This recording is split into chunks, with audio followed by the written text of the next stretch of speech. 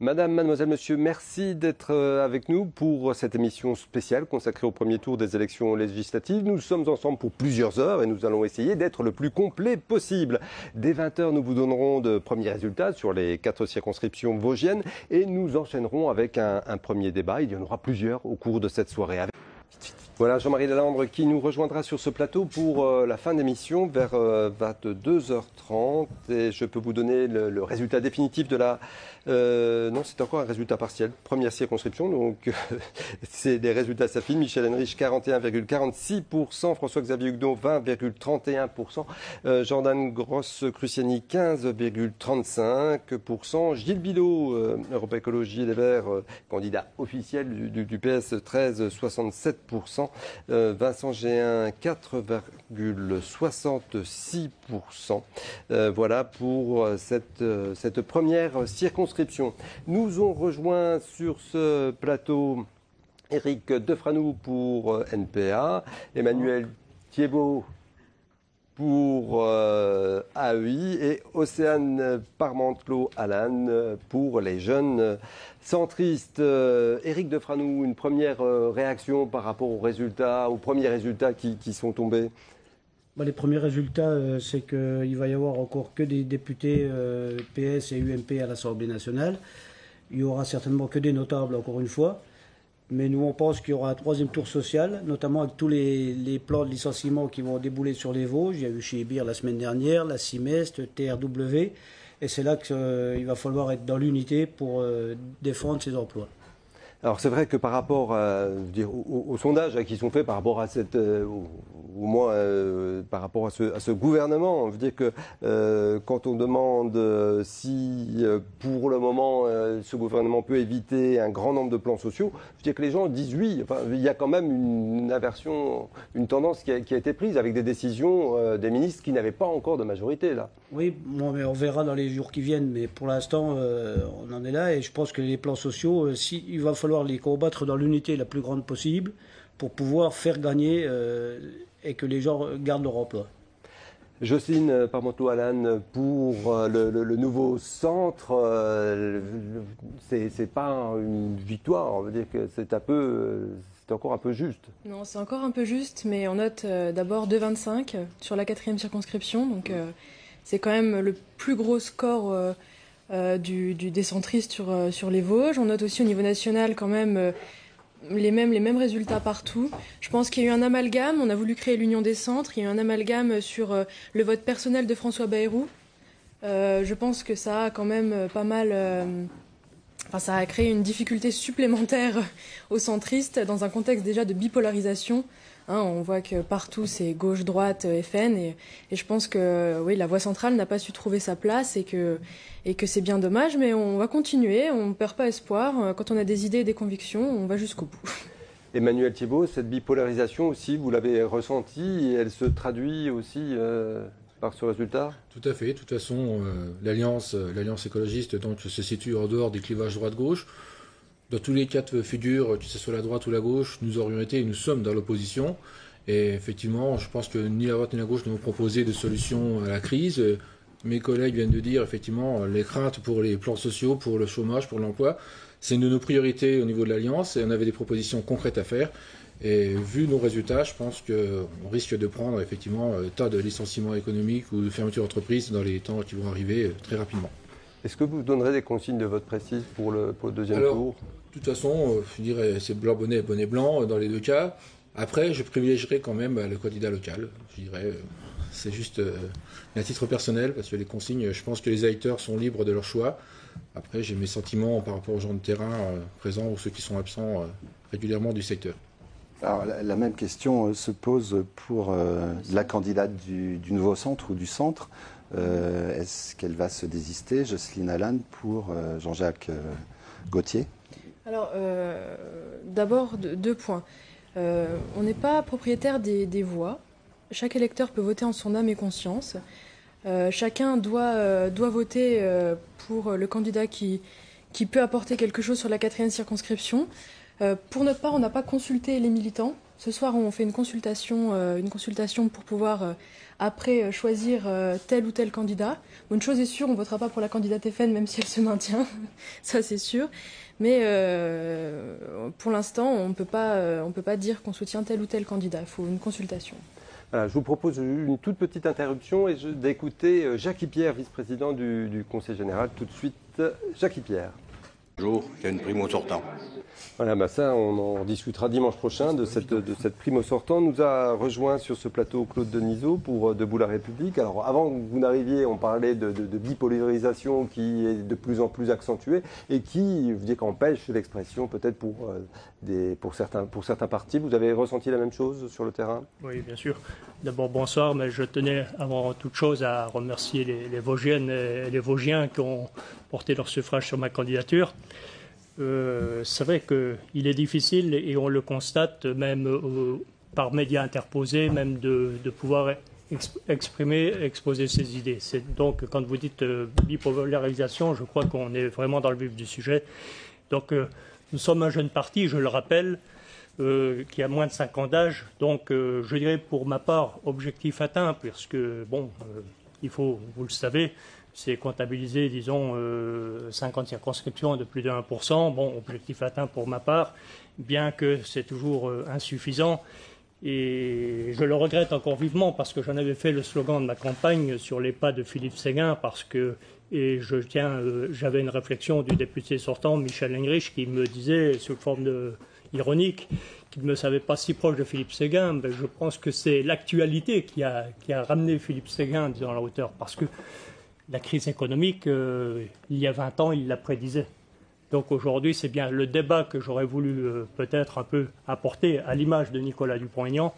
Et je dis, malheureusement, dans cette campagne, nous, les petits partis, parce qu'on est classés de la sorte, bien qu'on ait des grandes idées, je vais dire que derrière, il est difficile d'accéder aux médias, il est difficile d'intéresser les gens, et c'est un peu ce que je déplore. Parce que, bon, on le voit, le taux d'abstention n'est pas, disons, mirobolant. Hein. C'est-à-dire que, bien que les Vosges, a priori, on soit un peu mieux comporté que le national, mais je dirais qu'il n'y a pas à se réjouir du désintérêt apporté par l'ensemble des électeurs. Et je crois que, quelque part, bon, c'est peut-être aussi parce qu'on a eu une campagne qui n'a pas été une campagne, qui a été une campagne fade, à mon niveau, dans laquelle... Moi, à mon niveau, j'ai essayé aussi d'apporter un peu d'originalité. Je ne sais pas si vous l'avez vu, je pense que les électeurs l'ont vu aussi. J'ai fait 3000 km avec un camping-car qui était orné des affiches, disons, portant ma candidature, pour essayer d'interpeller. Voilà. On va donner, si vous voulez bien, les résultats définitifs de la première circonscription, parce que cette fois, ça y est, ils sont là. Donc, résultats qui vont apparaître sur vos écrans avec Bertrand Parmentier, 1,81%, Vincent Géhin, 4,70%, Fanny Laurent, 0,48%, Claude Denisot, 1,58%, Michel Henrich, 41,51%, François-Xavier Huguenot, 20,32%, Jordan Gross-Cruciani, 15,24%, Gilles Billot, 13,68%, Evelyne Abbott, 0,69%. Alors, qu'allez-vous faire de vos 1,58% de voix, de vos 694 électeurs? Est-ce que vous allez donner des consignes? Parce que vous savez, je dirais, je le prends avec le sourire parce que, bon, je pense, et vous l'avez compris, qu'avec un 58%, je ne pense pas qu'on va peser sur les résultats de ces élections. Je crois que la messe est quelque part, à mon avis, est dite. Hein. Je crois que le député sortant sera réélu. Mais ce qui importe pour nous, c'est aujourd'hui, donc je l'ai dit, parti en construction, c'est de prendre ancrage, disons, sur ce département des Vosges, sur cette circonscription, pour justement continuer à grandir. Et comme le dit Nicolas Dupont-Aignan, l'arbre est planté bien droit, il n'a plus qu'à pousser. Vous voulez bâtir? Je vais bâtir, oui. Alors moi, je voudrais poser une petite question à Éric Defranou. Quand vous voyez la candidate du NPA 0,48%, c'est un peu la tendance dans les circonscriptions. Vous avez été candidat en 2007, il y a 5 ans, vous faisiez près de 4 points Qu'est-ce qui explique ce tassement Ce tassement, bon, c'est vrai que c'était à l'époque la LCR, on a fait le NPA, c'est un nouveau parti aussi, et puis il y a eu le Front de gauche qui a pris aussi pas mal de voix, et puis la bipolarisation qui a pris tout le reste des voix, quoi. Ouais. Mais ça fait rien, nous les militants on reste debout, et puis on continuera à défendre les travailleurs quand il faudra, les sans-papiers quand il faudra. On est des militants écologistes antinucléaires, on sera là aussi sur les luttes antinucléaires. Et pour le deuxième tour, eh bien, bon, je ne vais pas poser la question, mais pour le deuxième tour, on a déjà participé à faire dégager Sarkozy et toute sa bande du Fouquet's. Eh bien, on espère que ce sera pareil pour le deuxième tour de ces prochaines élections. C'est-à-dire, concrètement concrètement, on appelle à battre à la droite. Donc à voter à gauche. Pour les candidats qui seront en tête à gauche. Alors on a de nouveaux chiffres au niveau national avec le PS et Europe Écologie 40,1% des voix, l'UMP 35,2%, le Front National 13,7% et le Front de Gauche 6,8%. Ça veut dire que pour les Vosges, le Front National est au-dessus, des 13,7% au-dessus par rapport à la moyenne nationale et le Front de Gauche est en dessous. Est-ce qu'il n'y a pas de regret de ne pas avoir fait front commun avec le Front de Gauche justement ça avait été discuté pendant un moment. Oui, c'est discuté, mais même si on accumule les voix du Front de Gauche et des nôtres, ça fait pas 5%. Enfin bon, voilà. Vous avez des militants qui ont rejoint le Front de Gauche, d'ailleurs. Quelques militants, notamment Dominique Cholès, qui vient du NPR, mais qui est au PC aussi avant. Donc voilà, il y a des vases communicants qui se passent. Nous, on continue à construire notre parti, qui est un petit parti, et avec nos petits bras, on essaiera de faire au mieux pour le troisième tour social. Emmanuel Thiébaut, c'est la même chose. C'est difficile d'exister en étant petit, enfin dans un parti. Petit, je suis pas petit, mais mon parti effectivement est tout petit. Il est jeune aussi. Je reprendrai les paroles des autres personnes présentes. Effectivement, pourquoi les gens ont aussi, pourquoi il y a aussi fort taux d'absentéisme, c'est que on est en train de transformer la politique française à l'américaine. On a droit à 2 candidats, les autres n'existent pas. On les fait disparaître. Je me suis amusé à lire les professions de foi de tous les candidats de mes circonscriptions, donc certainement des idées que vous partagez aussi vous ici. J'ai vu des idées intéressantes chez tous les partis. D'ailleurs, nous, au niveau de l'Alliance écologiste, on est du genre à ne pas découper les gens, à ne pas les diviser. Mais au niveau du débat, rien. On nous censure au niveau de la radio, pas sur Vosges Télévisions, mais sur les télévisions régionales aussi. Heureusement que vous êtes là présentement, je vous cire un peu les jambes, mais bon. Mais concrètement, les chaussures. Mais concrètement, on n'a pas de débat. On a 2 idées qui existent depuis 40 ans, qui ont amené la France dans l'état où elle est aujourd'hui. C'est malheureux. Et comme il n'y a pas de nouvelles idées, on laisse pas parler les petits candidats pour les idées différentes qui pourraient changer le monde, comme je pense on peut le faire au niveau de l'Alliance écologiste indépendante. On n'a pas le droit à la parole, donc on laisse les gens dans leur... C'est dur d'être... Là aussi, la division chez les écologistes, elle est aussi difficilement compréhensible. Qu'est-ce qui vous sépare de... Il y a les sociologistes et les écologistes. Voilà. Moi, je suis ni attaché à droite ni à gauche. Je suis écologiste. Quand je vois les aberrations que Mme Duflot dit pour le cannabis ou d'autres choses comme ça, je dirais que ça n'a rien à voir avec l'écologie. On ne partage pas tous ces opinions. On est là pour défendre la vie, les animaux, la terre, la faune, la flore. Je ne trouve pas beaucoup ce discours chez les... Et apparemment, c'est difficile d'être indépendant aujourd'hui. C'est plus que difficile. Je vois que les autres candidats des petits partis ont du mal à exister, mais être indépendant, on nous dit « Ah, vous êtes de gauche, vous êtes de droite. Ah non, il faut qu'on rentre dans les cases. Les journalistes, ils n'acceptent pas, ça n'existe pas. » Si, Allez au centre. Voilà, on est proche du centre, je dirais, sur pas mal d'idées. Voilà. Fabrice Garter, cette difficulté, Fabrice Garter, pour ce qu'on appelle les petits partis d'exister vraiment et d'exister en période législative. Bon, c'est vrai qu'il y a, on l'a dit, il y a de nombreux candidats, même si vous étiez moins nombreux que lors des précédentes élections législatives, il n'empêche qu'il y a quand même 11 candidats par circonscription. Ceci étant, on veut dire que c'est vrai qu'il y en a 3, 4, qui se détachent la plupart du temps. C'est quand même un phénomène qui est assez remarquable. Il y a, on va dire, 20 ans, 25 ans, il y avait 4 partis. Il y avait le Parti communiste, le Parti socialiste, l'UDF et le RPR à l'époque. Donc 4 candidats principaux dans chaque circonscription, plus le Front National. Ça faisait 5. Aujourd'hui, on a des circonscriptions à 11 candidats. Moi, il y a une question que j'ai envie de poser à tous les représentants de ce qu'on appelle les petits partis. L'adjectif est pas bon. Est-ce que l'électeur peut s'y retrouver? À savoir, est-ce qu'il y a vraiment 10 conceptions différentes, puisqu'on est dans une circonscription, je crois qu'il y avait 10 candidats, Est-ce qu'il y a vraiment 10 conceptions différentes de la société? Et est-ce que l'électeur peut se retrouver entre 10 versions différentes de 10 politiques qui ne sont pas identiques les unes aux autres? Est-ce qu'il n'y a pas des logiques d'alliance qui devraient être faites quand même en surmontant un peu les différences pour être un peu plus fort? Parce que quand on est 8 candidats face à l'UMP et au PS, on ne peut pas espérer faire des scores extraordinaires. Il n'y a pas de proportionnel, pardon. S'il y avait de la proportionnelle, on s'apercevrait qu'il y aurait des députés qui seraient des ouvriers, qui seraient des gens des quartiers populaires, des chômeurs. Il n'y en a aucun. Donc il n'y a aucune proportionnelle. Donc forcément les gens, ils se disent il faut voter pour la majorité parce que les socialistes, il faut qu'ils aient une majorité. Et puis il y a les gens de droite qui disent qu'il faut voter UMP, puis pas à la ligne, quoi.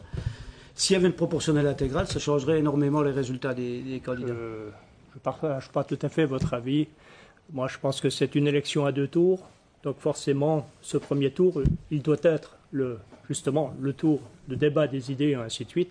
Et quand il y a pluralité de candidatures, je dirais que les idées donc, sont multiples, forcément, par définition. Parce que vouloir déjà peut-être classer dans des grandes catégories ou quoi que ce soit, c'est plus une élection à 2 tours. Et il est vrai qu'aujourd'hui, et de plus en plus, on escamote un peu le deuxième tour parce qu'on se projette déjà au travers du premier tour. C'est comme ça que j'explique un peu la censure dans laquelle on se trouve. Le mot n'est peut-être fort, mais je pense qu'on se trouve censuré parce que on sait pertinemment qu'il y aura deux qualifiés, éventuellement triangulaires, mais avec un taux d'abstention tel qu'on l'a découvert aujourd'hui.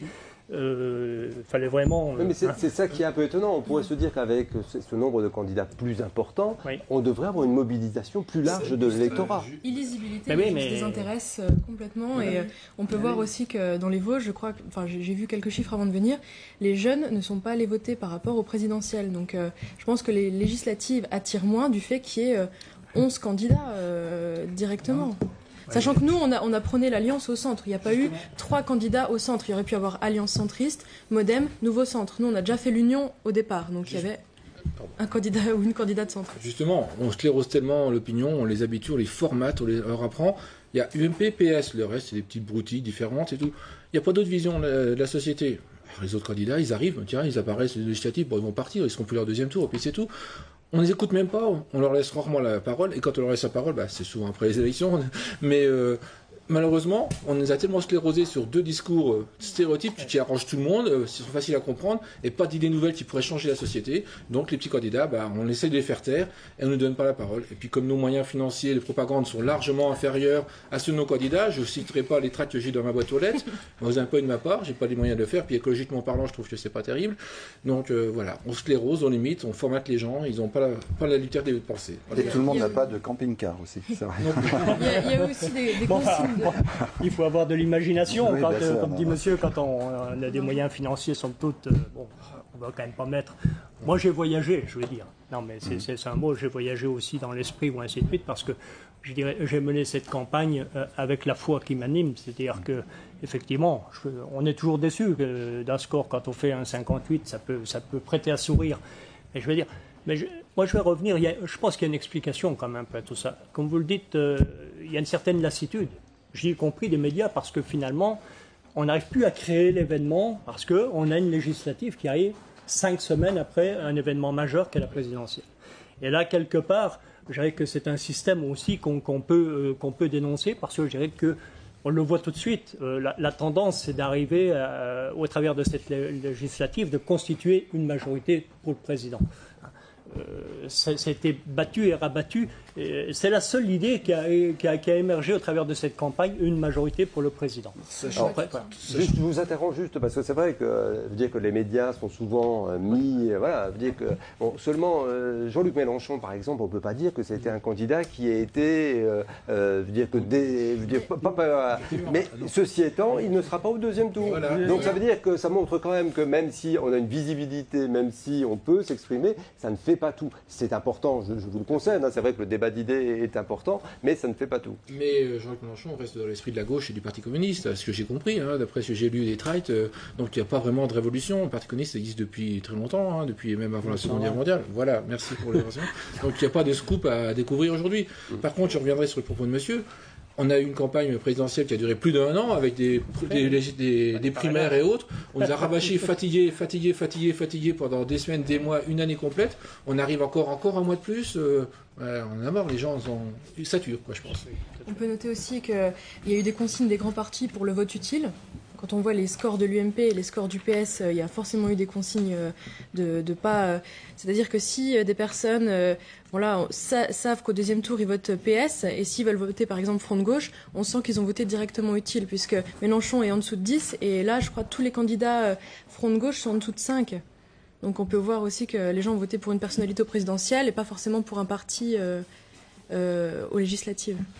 Alors c'est vrai qu'au niveau national, il y aurait moins de 40 triangulaires, mais je pense que c'est vrai que c'est lié aussi à la participation, qui est quand même un peu désastreuse. Et donc, voilà, Jean-Luc Mélenchon, donc, je vous rappelle, se désisterait au deuxième tour pour le candidat socialiste qui arrive devant lui.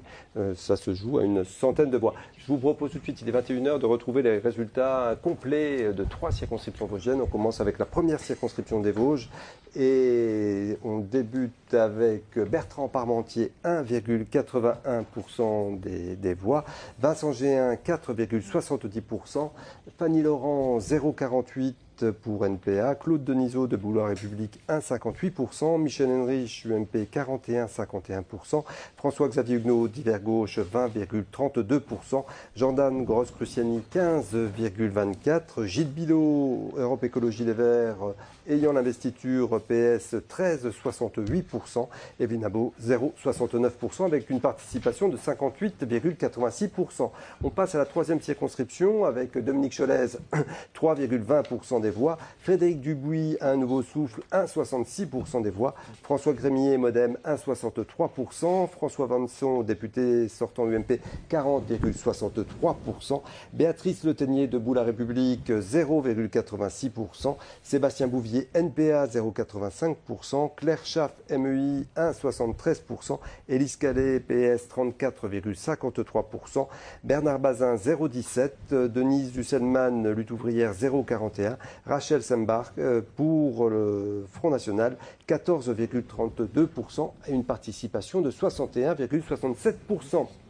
La quatrième circonscription maintenant avec Jean-Marie Mangin, Solidarité et Progrès, 0,89%.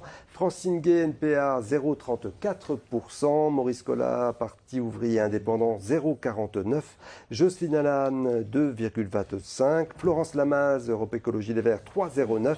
Jean-Jacques Gauthier, 35,72%. Jacques Thirier, 0,97%. Camille Bailly, Lutte ouvrière, 0,41%. Louise Buchmann, Rassemblement Bleu Marine, 15,12%. Christian Franqueville, PS, 36,99%. Audrey Voyen, 3,73%, une participation de 62,21%.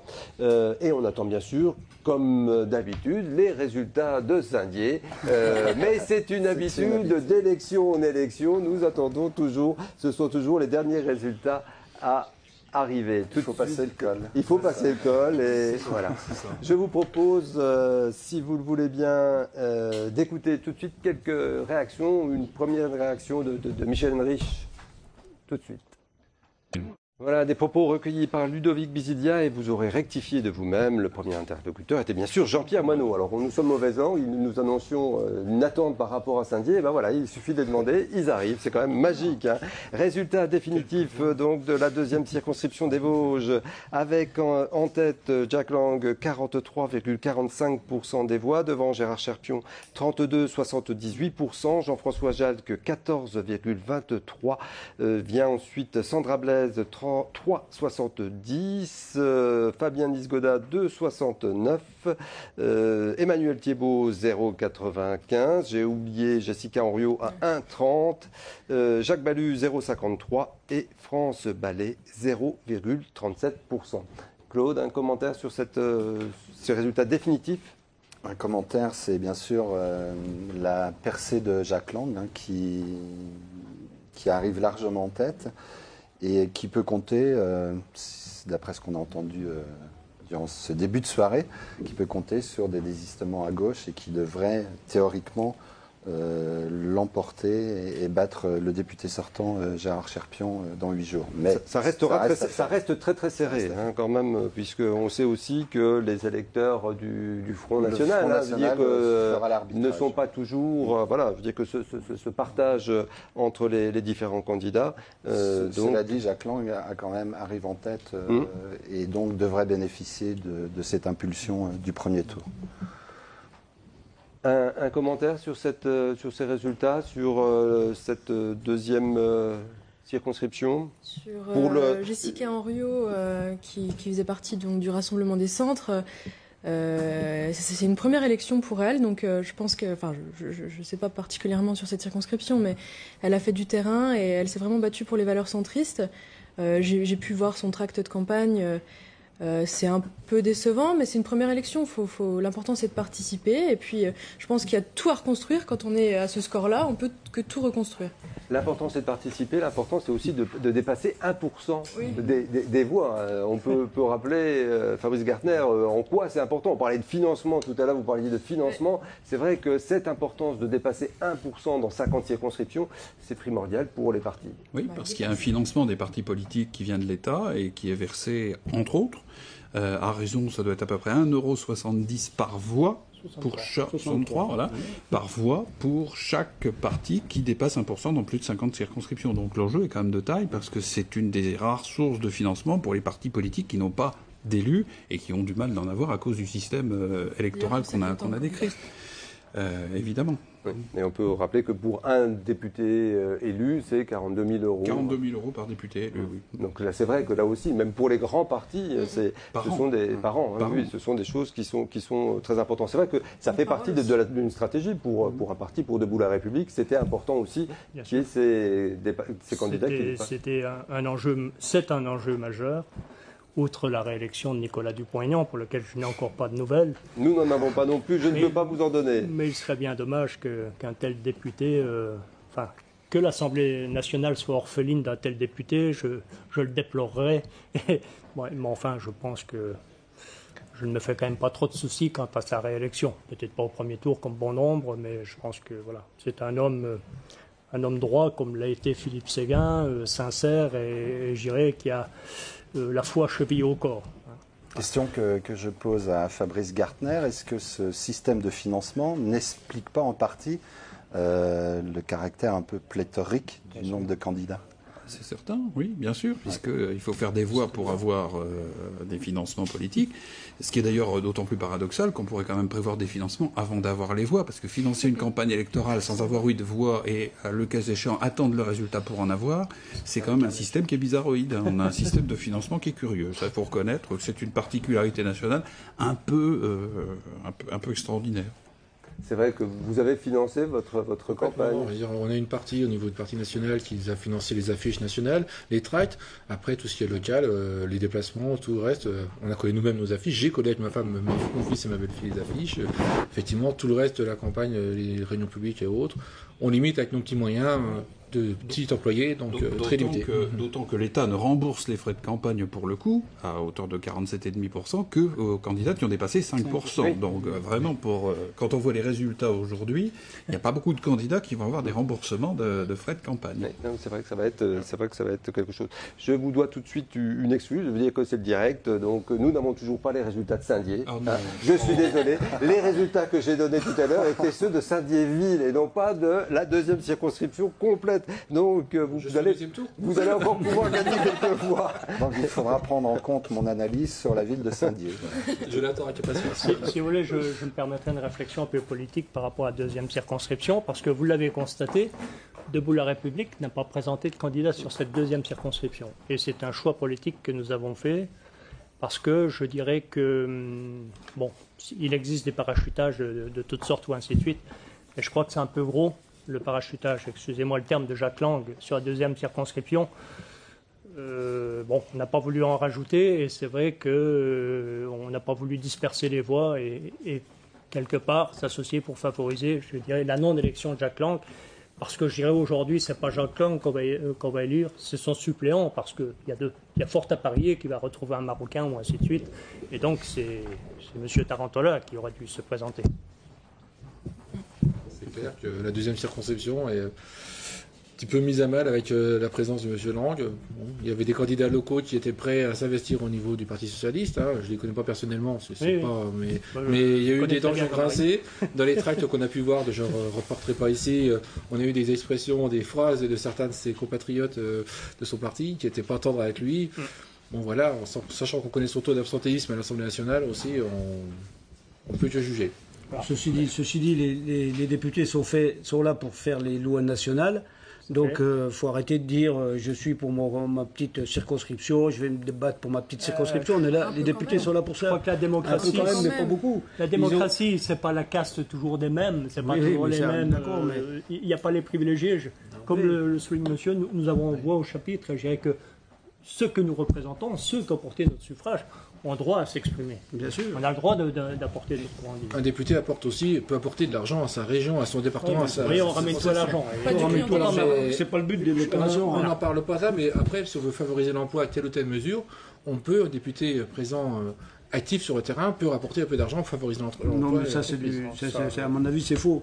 Un député, là, par contre, s'il vote une loi interdisant les licenciements, oui, là, il peut faire quelque chose pour tous les licenciements dans toute la France, c'est tout. C'est le mandat national de l'élu.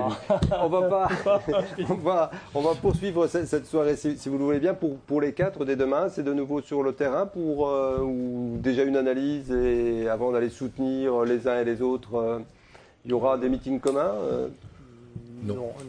Je crois que ça sera une analyse. Les candidats qui prendront leurs responsabilités.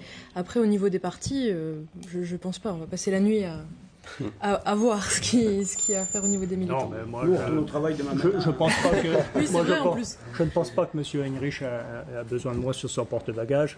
Je dirais pour dresser sa campagne, je dirais que au travers de député qu'il a été, il y a du positif, mais je le répète, je dis simplement, et c'est un vœu que je formule, il a été vraiment proche de Philippe Séguin, et je souhaiterais que quand même, que quelque part, il n'oublie pas les idées qu'incarnait Philippe Séguin.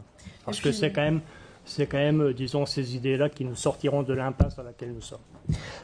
Pour les partis dits petits, de toute façon, les candidats vont au travail puisqu'on n'est pas des professionnels de la politique. Pour ceux qui ont du travail, parce qu'il y en a qui sont privés d'emploi aussi. Écoutez, merci de nous avoir rendu visite. Tout de suite, les réactions de Daniel Gremillet au téléphone et je vous donne juste avant le résultat définitif de la participation Vosges, 60,74%. Donc c'est mieux qu'au niveau national, c'est mieux qu'en 2007 et c'est bien sûr moins bien que pour les présidentielles. Tout de suite, Daniel Gremillet. Surtout un taux de Donc, dans de nouveaux débats dès ce lundi sur Vosges Télévisions avec à 20h45 débats dans la 4e circonscription et la 3e circonscription et mardi 20h45 toujours la 2e et la 1re et on se retrouvera dimanche prochain pour le 2e tour de ces élections législatives. Merci à vous de nous avoir suivis, merci à toutes les équipes de Vosges Télévisions qui ont travaillé pour vous offrir cette soirée et à très bientôt sur Vosges Télévisions.